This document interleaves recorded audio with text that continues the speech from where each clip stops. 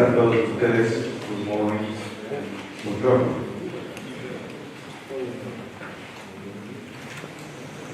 La Fraternidad Internacional de Estambul, presencia y servicio para el diálogo ecuménico e interreligioso de la Orden de los Hermanos Menores.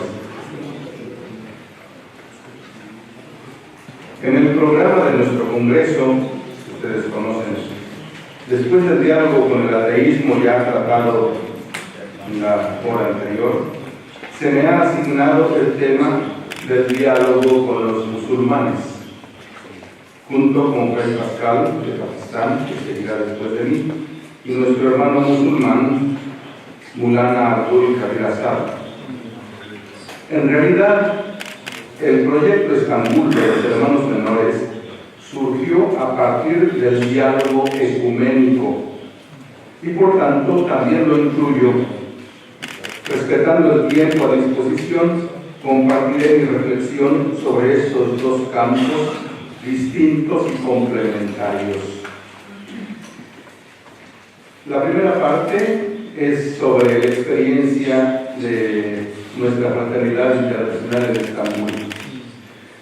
Les pido a los traductores si pueden ir traduciendo en cuanto sea posible lo que se irá proyectando en la pantalla, que es una parte, un resumen del DVD, del CD que hemos hecho para celebrar los 10 años de nuestra presencia, que lo tenemos aquí, y al terminar esta hora pueden pasar a la recepción, cada quien puede tomar uno, y si quieren más de uno, si lo van a utilizar, también lo pueden hacer.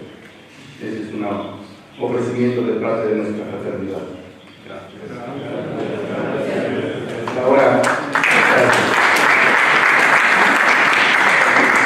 Ahora hacemos una proyección y, como decía, si se puede ir traduciendo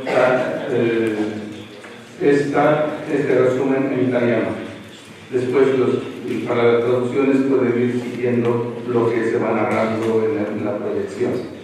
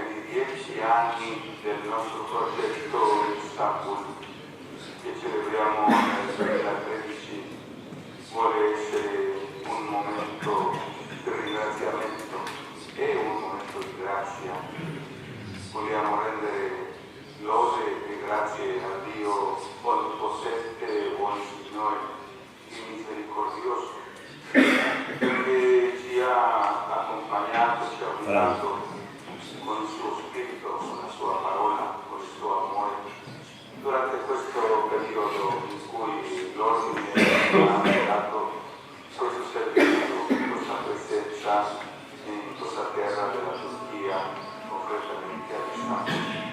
Nel 1995 il ministro generale Frate Bernardino si recò in visita a Milano e Costantinopoli. Fu questo incontro a generare l'intuizione di una fraternità internazionale dedita al dialogo ecumenico che operasse proprio in Istanbul, in un paese, la Turchia, con una popolazione a stragrande maggioranza musulmana, che offriva la possibilità di vivere concretamente il dialogo islamo-cristiano. La nuova fraternità avrebbe trovato accoglienza presso il convento di Santa Maria Fedele, nella provincia toscana di San Francesco stigmatizzato. Avevamo già una fraternità che aveva molto tempo, già quasi un secolo di storia, e che valeva la pena di continuare in questa terra. Istanbul è un po' il ponte tra Oriente e Occidente, tra Asia e Europa, una città interreligiosa, si prestava molto bene per questo dialogo. E una fraternità internazionale era molto importante perché avevamo già iniziato altre esperienze di fraternità internazionali in Africa e in altri luoghi, e avevamo visto che la fraternità internazionale è più ricca e più capace di stabilire un dialogo con diverse genti. E anche se l'annuncio diretto del Vangelo non si può fare qui, sia per le leggi dello Stato, sia perché la maggioranza è di un'altra religione, ma la presenza conta e conta molto, dal momento che questa terra è la culla della Chiesa, soprattutto a livello di organizzazione di annuncio del Vangelo, a partire dalla comunità di Antiochia, Auro, Tarso, Valla, Cipro e tutti gli altri collaboratori che si trovano qui, e anche certamente la predicazione apostolica di Giovanni, Filippo e poi Paolo. Il significato della presenza di frati minori in questa grande città come Istanbul è questo. Prima di tutto uccidere il mandato di San Francesco. Con San Francesco lui è andato a incontrare i musulmani in un periodo in cui quello non aveva senso di andare in un altro posto, un altro paese con la cristianità, in questo paese musulmano e anche in un paese secolarizzato, in cui la presenza prima ha un significato contrario all'altro. E come ministero oltre 40 anni nel mio ministero ho scelto la parola incontro, scritto d'altronde da musulmani che la utilizzavano. Ciò che viene chiesto a tutti, soprattutto a voi frati minori, è di incontrare le persone e vivere con loro come fratelli. Se un giorno il Signore mi chiederà quali sforzi ho fatto affinché gli altri comprendessero che sono loro fratelli, grazie a Gesù. Come fraternità abbiamo ricevuto una piena fiducia da parte dell'ordine, che hanno chiesto di assicurare la vita francescana in questa terra, e poi ci hanno chiesto di andare a cercare vie di dialogo con creatività e fantasia, diceva il ministro generale Giacomo Vini. Noi fratelli abbiamo questo dovere di convivere possibile, vivere il Vangelo, vivere la francescana a Istanbul. Quindi l'ordine si attende da questa fraternità anche una certa creatività nelle strutture da inventare. Si tratta di una fraternità profetica che dovrà inventare periodicamente nuovi cammini modo camminare dobbiamo inventare altre forme di lavoro. Il desafio, la sfida di questo tempo, soprattutto, non è quella di venire a convertire, ma quella di camminare insieme. La persona che è il prete dello spirito di Assisi, di generare la possibilità di camminare insieme.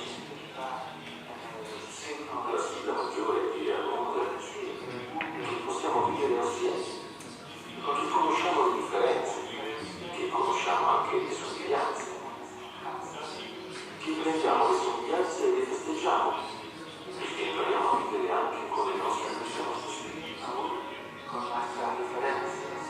Dopo secoli di grandi contrasti con l'impero ottomano, in anni più recenti anche con il governo della Repubblica di Turchia, inizia a essere praticabile l'idea di una società basata sul rispetto e la conoscenza reciproca. È stata una grande sorpresa quando per prima volta una persona per la strada sei salutato mi domandava: ma tu sei di che religione? Sei cristiano? Per me in quel momento è stato molto intenso perché per prima volta potevo aprire la bocca dicendo sono cristiano e professare la fede insieme ad altri che professano altre religioni e restare con questo desiderio di vivere il cammino evangelico. Credo che per tutti sarà un momento intenso e motivo di gioia. I francescani fin dall'inizio, 8 secoli fa, sono stati caratterizzati per il dialogo della vita e con la vita. Ricordiamoci che i francescani sono andati in Oriente proprio per vivere come cristiani in mezzo ai musulmani.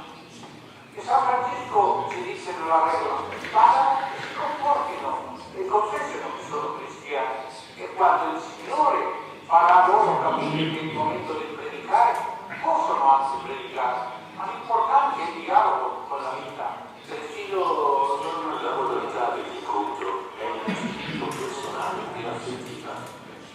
È come dire, per prima cosa prendiamoci il caffè, poi parleremo del resto. Un incontro che costruisca amicizia, che costruisca vicinanza. Credo, molto francescano, di vedere prima la persona, nella sua profondità, nella sua fede, nella sua conoscenza, e così da creare una possibilità di incontro in cui questa conoscenza cresce, questa spiritualità si consolida in una diversità che può andare a costruire ponti di cose nuove.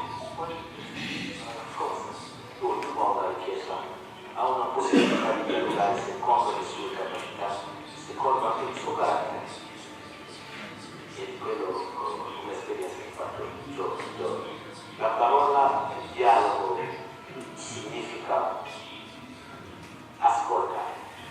Per dialogare bisogna aprire gli orecchi, aprire il cuore per sentire l'altro, per ascoltare l'altro e non fare per parlare di me stesso delle mie condizioni. A caratterizzare i rapporti con l'Islam è innanzitutto la dimensione spirituale, pietra angolare per costruire relazioni di speranza e fratellanza universale, partendo da quanto di comune c'è nella fede e nella preghiera. Lo scopo è la fratellanza universale, camminare verso Dio con persone di altre religioni. Non è riempire la mia chiesa, ma andare verso Dio, aiutato dalla persona che è in cammino con me. Quando si incontrano persone che seguono il proprio cammino spirituale e si avverte la vicinanza, si può avanzare insieme. È quello che mi è successo con lo scerico. Il leader, come si dice qui, del gruppo di dervisci rosanti, che fermenti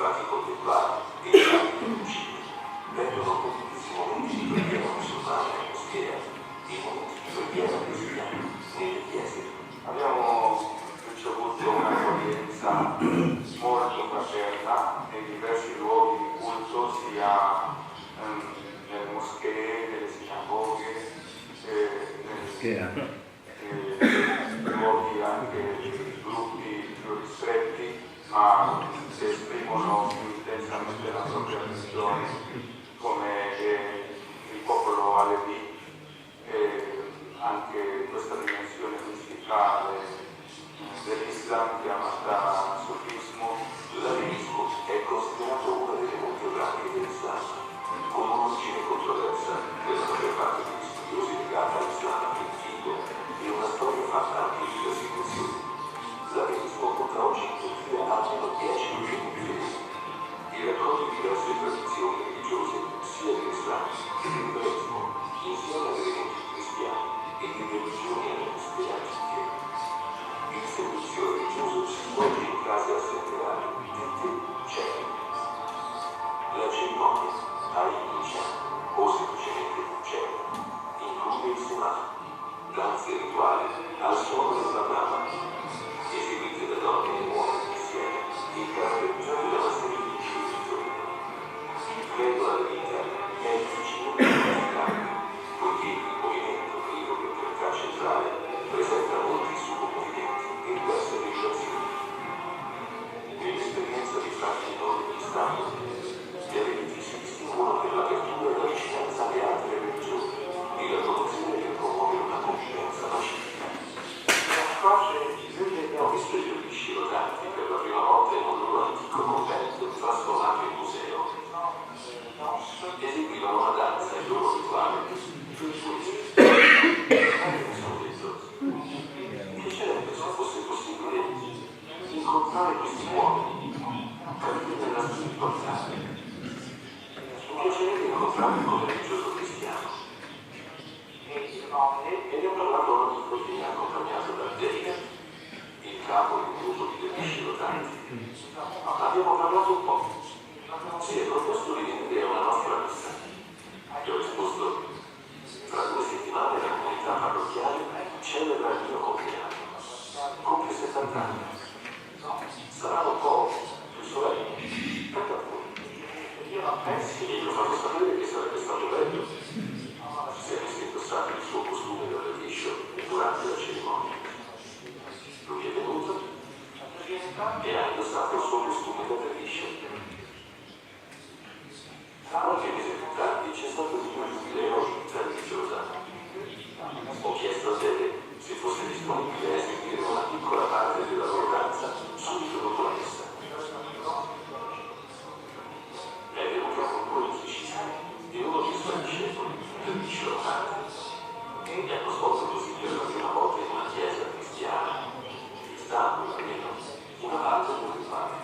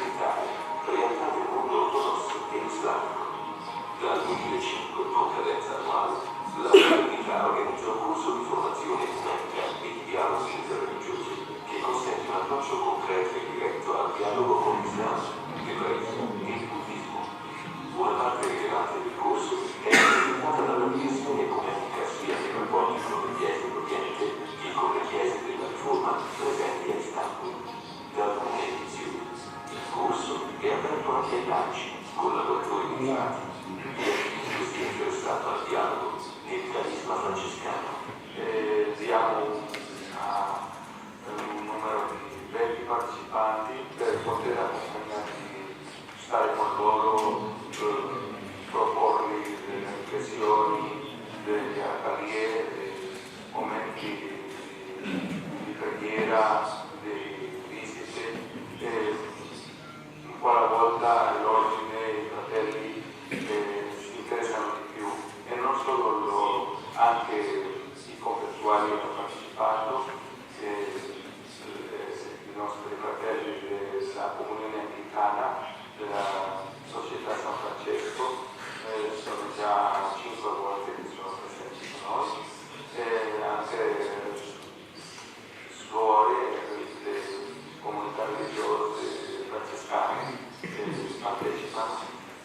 progetto che l'Ordine ha elaborato per la formazione dei figli frati parla di una formazione integrale con l'esigenza della vita francescana e quindi della formazione alla vita francescana e per la vita francescana.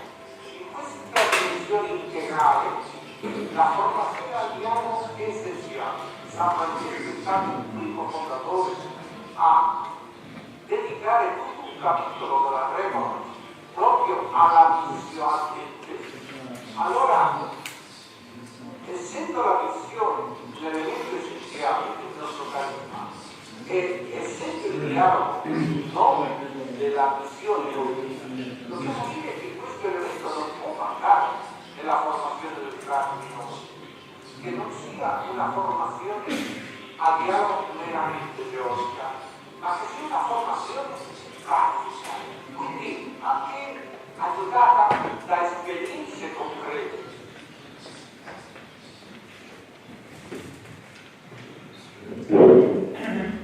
Per ora lasciamo così un assaggio, un riassunto. Voi potete vedere tutto il filmato per 58 minuti in 5 lingue: inglese, italiano, inglese, francese, tedesco, spagnolo, e 2 lingue sottotitoli, polacco e portoghese. Quindi un po' tutti quanti potete vederlo.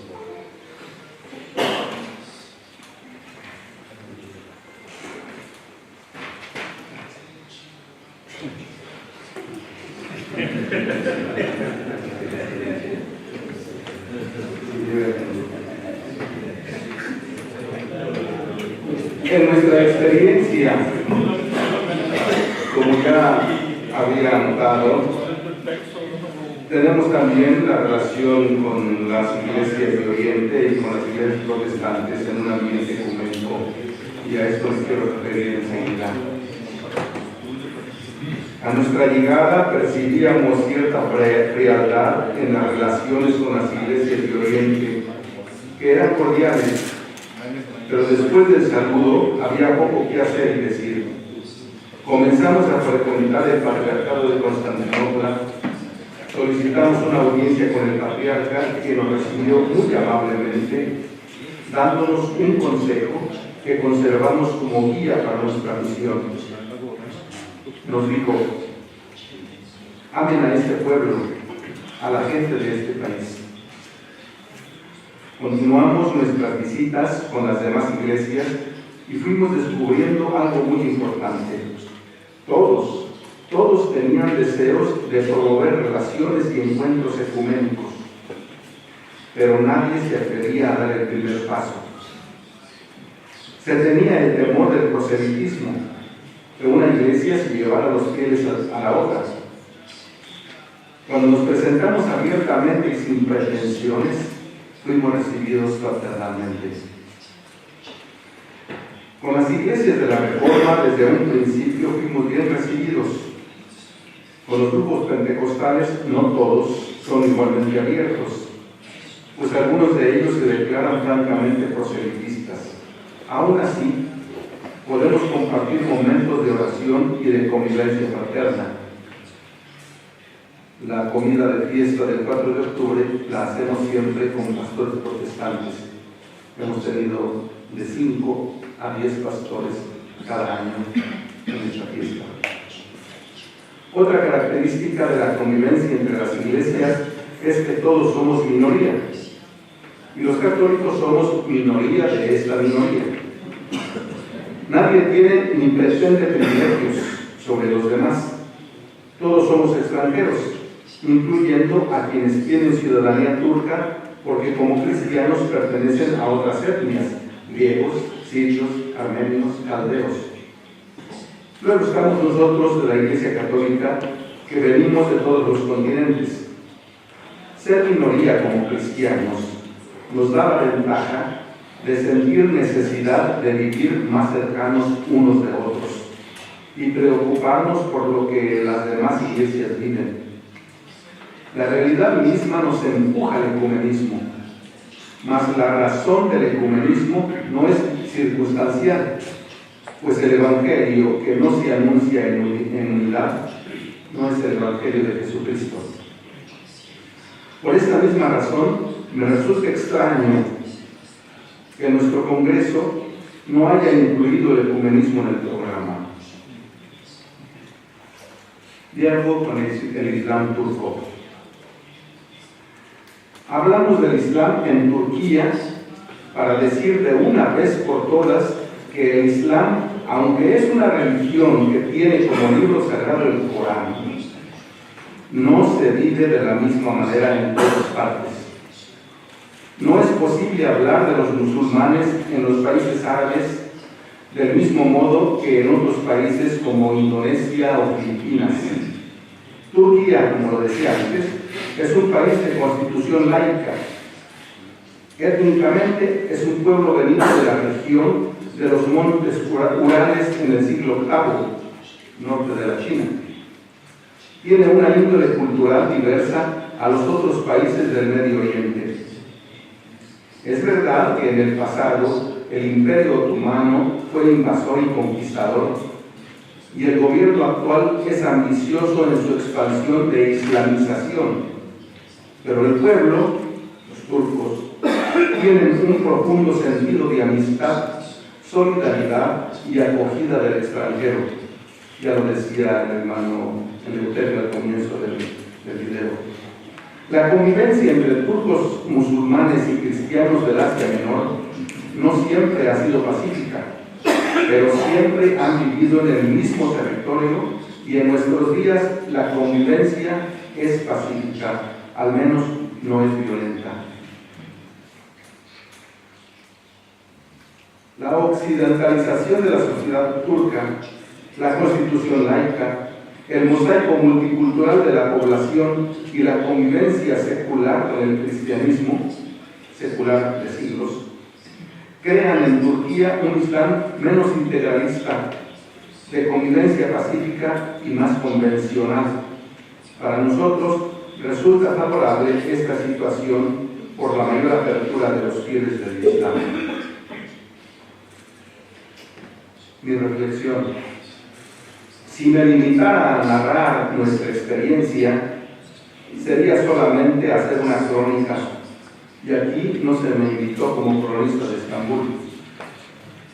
Por eso quiero compartir una breve reflexión sobre dos puntos importantes: sobre los desafíos en nuestra vida de fraternidad internacional y los desafíos en nuestra presencia y servicio en medio de los musulmanes. Yo los llamo grandes desafíos en la vida de fraternidad. Diálogo intercultural al interno de la fraternidad. Impresiona mucho, positivamente, que nos presentemos como fraternidad formada por 5 hermanos venidos de 4 continentes diversos: África, América, Asia y Europa.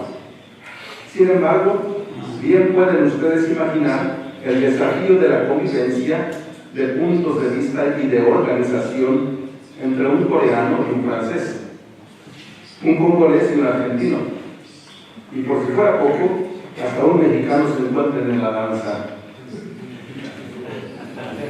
Una fraternidad numerosa como el Colegio Beato Gabriele Alegra tiene la ventaja de estar organizado en varias fraternidades, y quien no quiere participar se puede masificar fácilmente. O como en la Curia General, que también las ausencias se notan menos. Pero en una fraternidad de 5 hermanos requiere una respuesta abierta, dispuesta a compartir lo que cada uno aporta de su cultura y su formación franciscana de origen. 2. El grande desafío de la lengua. El conocimiento de una o más lenguas, además de la propia, es una necesidad básica tanto para la vida de fraternidad como para el servicio de diálogo. Lo ideal será aprender el turco. Hasta ahora nos comunicamos en francés y en italiano, si bien no hay ningún hermano italiano. En la oración combinamos esas 2 lenguas con el turco. La lengua turca no es de las más sencillas, y aprenderla a 50 o 65 años resulta más difícil aún. En todo caso, hablar más de 2 lenguas ayuda a la comunicación. 3. Incomprensión del valor de la presencia. Con frecuencia se nos pregunta, ¿y tú qué haces en Estambul? Se espera una respuesta de una lista de actividades que justifiquen vivir entre los turcos. Incluso se piensa en una evangelización proselitista que gane adeptos. Para nosotros, antes de hablar de lo que hacemos, lo verdaderamente importante es que nuestro ser franciscano logre transmitir un mensaje evangélico. En la evangelización no estamos acostumbrados a dar prioridad a no estamos acostumbrados, hablo en general en la orden, a dar prioridad a nuestra identidad de hermanos menores. Ni se entiende la presencia como evangelización. No obstante, que es la primera forma que el Padre San Francisco nos recomendó. Más aún, damos la impresión de equivocar nuestra misión. Todos somos enviados para sembrar, pero somos muy ansiosos y queremos inmediatamente cosechar. Desafíos en el encuentro con el Islam, número 4. Vencer el miedo. No me refiero a ser intrépidos, ni mucho menos ser héroes. Al llegar a Estambul, los hermanos que se encontraban allá nos recomendaron tener mucho cuidado con lo que decíamos y hacíamos, porque podríamos tener problemas. Es verdad que en los años 50 y 70 del siglo pasado hubo varias represiones y agresiones contra judíos y cristianos. Hemos aprendido que cuando están de por medio intereses económicos y de poder, se infunde miedo y se amenaza con intimidaciones para dominar al otro, sobre todo si el otro es extranjero. Además, en la sociedad turca, el nivel de corrupción es muy alto. Pero la violencia contra los no musulmanes, por fortuna, ya no existe. Sin embargo, quienes sufrieron esas situaciones no superan fácilmente los traumas. Por otra parte, evitamos caer en las intimidaciones y eso nos ha traído muchas críticas, denuncias y procesos legales en tribunales. En una ocasión teníamos al mismo tiempo 16 procesos. Nuestro buen Dios ha sido bueno con nosotros. Los casos legales se han resuelto a nuestro favor y el miedo ha desaparecido. Superar prejuicios. Ya decía que no se puede hablar del Islam como si fuera una realidad compacta. Esto también vale para el cristianismo. Tampoco el cristianismo es compacto. No es verdad que un musulmán es un potencial terrorista. El terrorismo no forma parte del Islam. Quien se somete a Dios, musulmán, Islam, eso significa, no busca matar a su prójimo. Es verdad que el Corán habla de la yihad, traducida impropiamente como guerra santa. En realidad, aquí está un hermano musulmán que nos puede explicar, están otros que conocen muy bien. El sentido propio de yihad es el combate o esfuerzo espiritual que se libra con la propia alma, personalmente. Este tema suscita muchas discusiones y discrepancias. Nuestros hermanos de raza árabe o quienes viven en países árabes tienen seguramente una experiencia diferente y tal vez más negativa. Apreciamos su testimonio cristiano y su esfuerzo por la convivencia pacífica. En Turquía, el Islam no se manifiesta con violencia física. 6. Conocer los límites y las posibilidades. Vivir en un país musulmán exige conocer al menos los fundamentos de su religión para aprender a respetar sus prácticas religiosas y su cultura. En Turquía, el laicismo nos pone ciertos límites para nuestra presencia. Y aunque hay nunciatura apostólica y relaciones diplomáticas con el Vaticano, no somos reconocidos como entes religiosos, por lo cual las iglesias son consideradas propiedades de quienes allí residen, pero sin relación unas con otras. No formamos iglesia católica, hay iglesias católicas. No se conceden los títulos de propiedad, así el gobierno controla como quiere, pero se nos permite residir allí y trabajar en nuestra iglesia. En la búsqueda y promoción del diálogo, si respetamos las normas y nos damos muestras y no damos muestras de protagonismo, podemos hacer nuestros servicios sin problemas. Por otra parte, en las autoridades civiles de nuestro territorio aceptan de buen grado nuestra presencia. Vienen a felicitarnos por la Navidad, por la Pascua, y nosotros hacemos lo mismo en Ramadán y en la fiesta del Cordero. Séptima y último desafío. Ventajas de vivir como minoría religiosa. Vivir la vida cristiana como minoría religiosa en un país musulmán tiene muchos desafíos, pero también muchas riquezas. Generalmente pensamos en lo negativo, pero también el Señor nos concede bendiciones. Ser minoría nos enseña a vivir la minoridad. Nos ayuda a vivir de lleno el mensaje evangélico de ser sal de la tierra. Aquí se nos hablaba de ser levaduras. Sal de la tierra, la sal es para dar sabor y no todo el alimento. Si toda la comida fuera sal, se nos pique el hígado. Siendo minoría religiosa, aprendemos a valorar el don de nuestra fe y nos exige una vida transparente y auténticamente cristiana. Nos pone a trabajar para construir una iglesia de atracción y no de proselitismo. El proselitismo de los fariseos fue criticado duramente por el Señor Jesús, y una iglesia proselitista ha sido descalificada últimamente por el obispo de Roma, Papa Francisco. En actitud de respeto y apertura, aprendemos también a apreciar los valores que el Espíritu Santo, se nos explicaba, que nos precede, suscita en las otras iglesias, en las otras religiones y en cada realidad humana que busca el bien y la paz.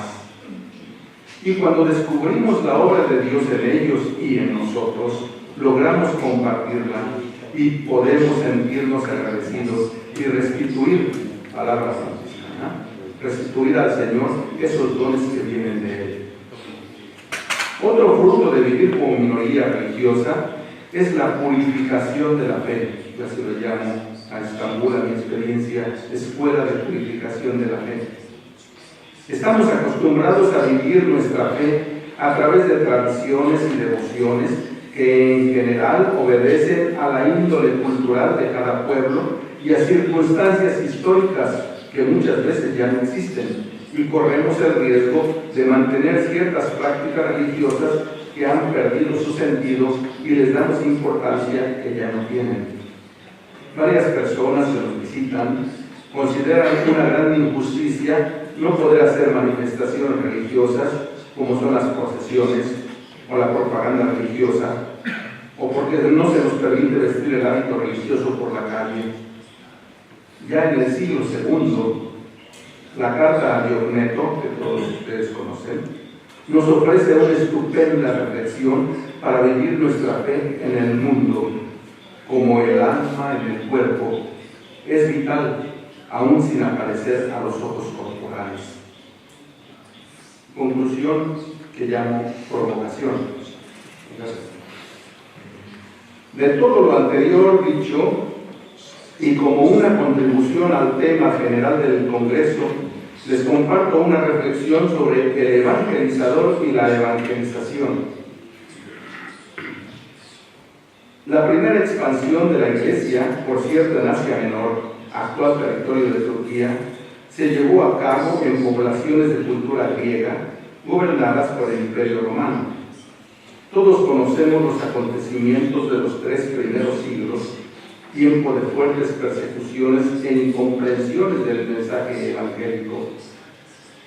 Al establecerse Constantinopla como capital del Imperio Romano de Oriente, Constantino dio el Edicto de Milán, con el cual terminó el tiempo de esas persecuciones. Sabemos también de los beneficios y los perjuicios que causó el hecho de convertir el cristianismo en religión de Estado. Muchos privilegios, pero también una iglesia aliada con el poder. Los súbditos del imperio tenían que bautizarse para poder sobrevivir.